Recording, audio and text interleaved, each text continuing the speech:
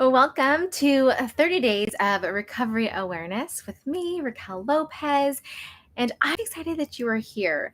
The series that I am doing right now is all around recovery and bringing awareness. We're going to talk a lot of different aspects of recovery and how this can provide a hope to you and so some loved ones that are in either the throes of addiction or those on the road to recovery, or maybe you're on the road to recover yourself or exploring that. So know that you're in the right place, and I am so excited that you are here.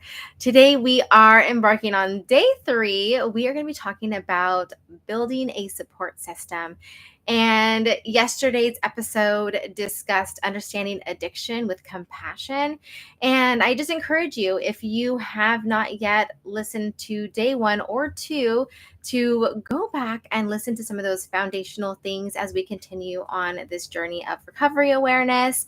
And I'm really excited to talk about building a support system because that was super huge in my own personal journey of recovery.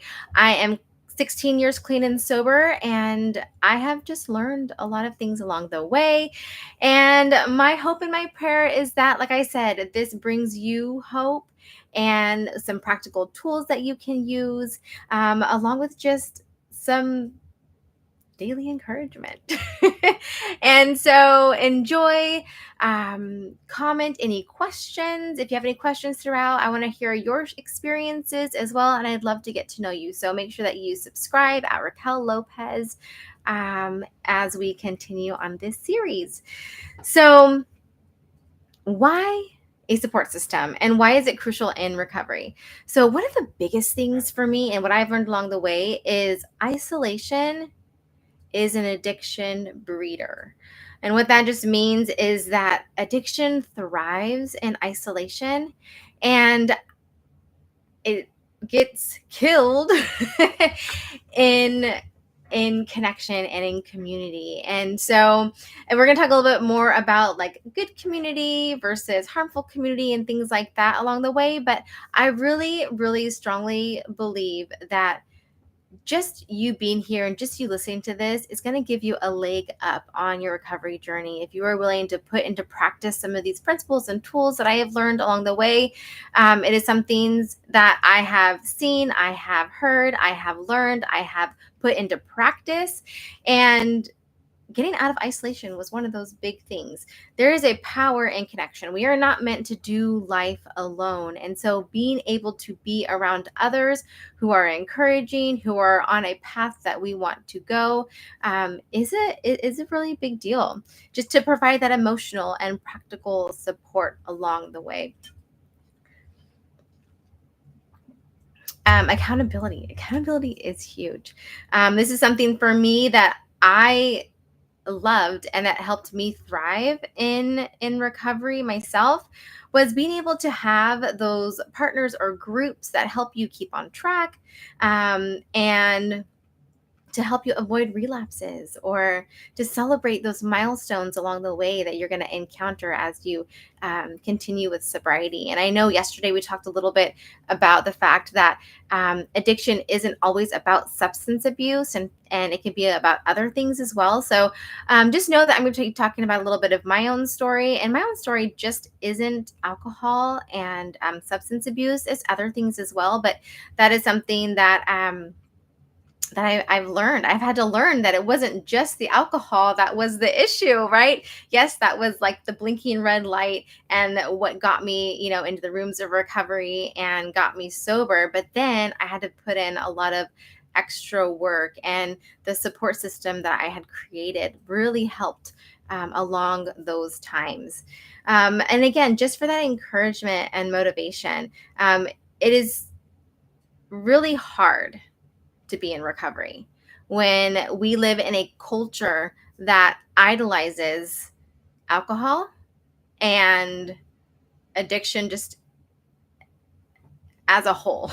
I feel like either it's looked at really bad, or it is something that is like idolized. And to be around a support that encourages sobriety in your life is huge, especially if you're wanting to be sober, to maintain and to stay in an environment that is idolizing that party lifestyle, and all of those things can be really detrimental. So finding those people in your life that you can look up to and you've seen them build a life sober, or you want what they have. You see, we say that in the rooms of recovery, and it's just one of those things that is vital, a vital aspect of recovery.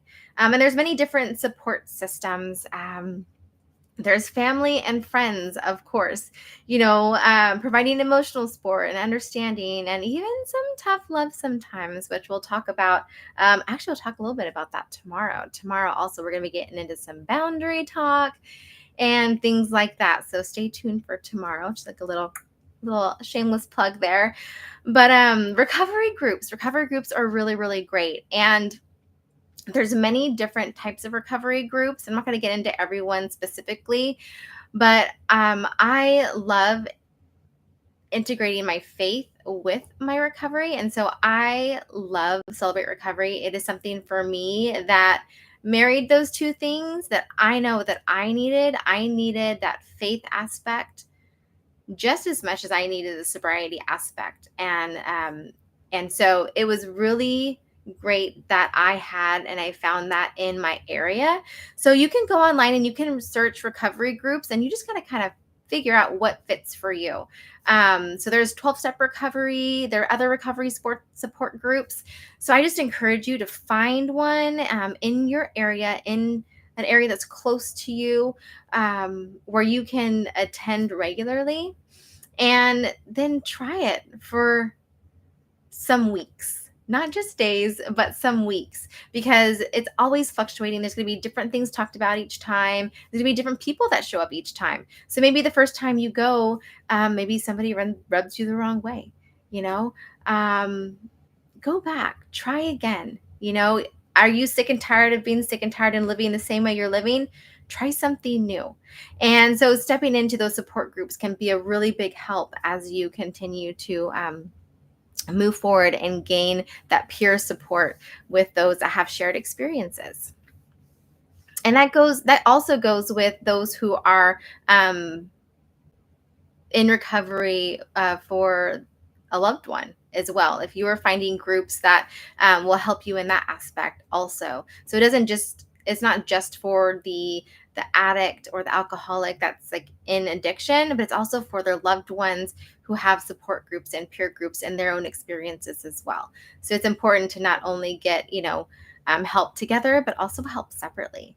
It's actually really important to get the help separately, just as much as it is to get the help together. So there is faith communities. So being able to provide spiritual support and prayer and just a sense of belonging. And you can also find that in those recovery groups as well.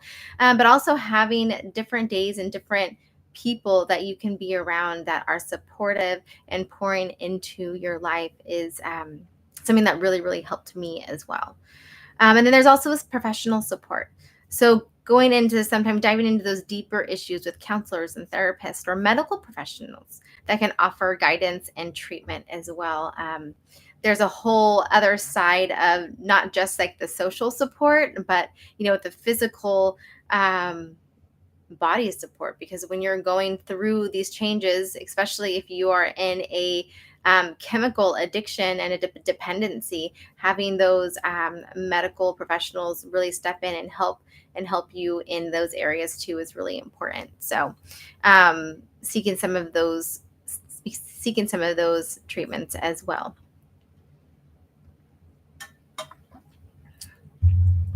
All right.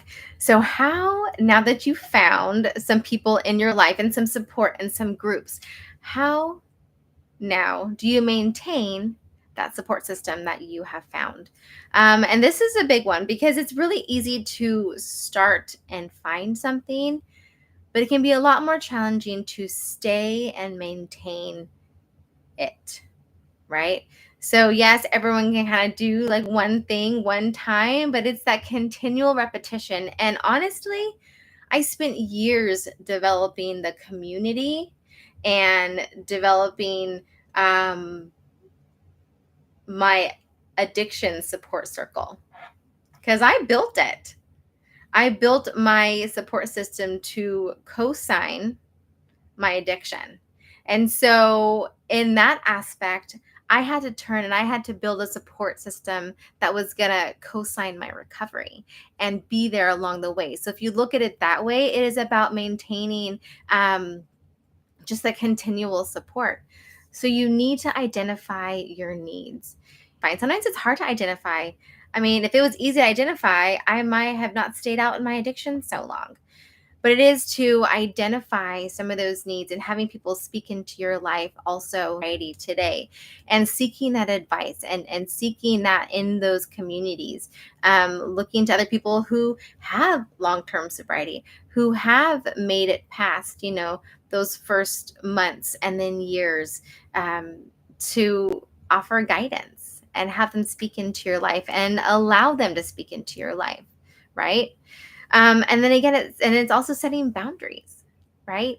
The boundaries of maybe not telling everybody everything, but having a few people in your life know everything.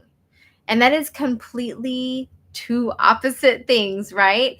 I mean, granted, if you're okay with, sharing some things, that's fine with everybody. Like I share a lot on social media. I share a lot of my life with a lot of people, but I have come to a place of acceptance of my own story and I can share a lot of those things. But there's things in my life that I wouldn't publicize because it's not just about me. And so you have to find people in your life that you can be open and honest with, and that they will also keep your confidence, right? Being able to trust those people and have them in your life and confide in them. And I think that being able to share that with somebody and set those boundaries is really, really important too. And then just staying connected. So being able to check in, attend those groups, participate in those events, right? So it's not only going, but it's getting involved. And that is two different things because I can go to a place and show up and clock in and clock out, get a paper signed, be there for a little bit, and I can be like, well, I was there. But it's really, getting involved. Maybe it's serving. Maybe it's making coffee or writing. I know there's a lot of anonymity that happens in meetings and things like that. But within those meetings, sometimes they have different things you can do. You can write name tags. I know when I first started attending Celebrate Recovery, I was a greeter. I greeted people as they came into the door and wrote their name on a name tag. And that was something that I knew that I needed to step into that was out of myself, and I had to serve and I had to show up and I had to continue to show up because me being involved helped me go consistently. And that was also really important to staying connected. I mean, there's so many little things in these in these specific things, and this is just day 3. So I wanted to kind of provide a few of like those like little like stepping stones at the beginning of this series, and as we continue throughout the 30 days, a lot of these things will get elaborated on, and we will really be able to kind of like dig in and continue growing together. I just definitely think that, the foundation of faith and understanding addiction, having compassion, and building a strong support system is like the ABCs to recovery. And it is vital, and I just can't wait to hear some of the things that you do. Like, how do you stay connected in support systems? How do you find support systems in your area? I would love to hear, and I would love to know what you do also, and or if it's challenging. And I would love you to ask questions about that. If there's something that you are unsure of or have questions about, please reach out to me. And I know that I'm rooting for you, and I cannot wait to come back tomorrow and expand on boundaries in recovery and what that looks like as we continue to talk about recovery awareness and this journey of recovery together. So I love you, and I'm excited for this series. And so make sure that you're subscribed and comment and let me know what you think. All right. I hope you guys have a great rest of your day.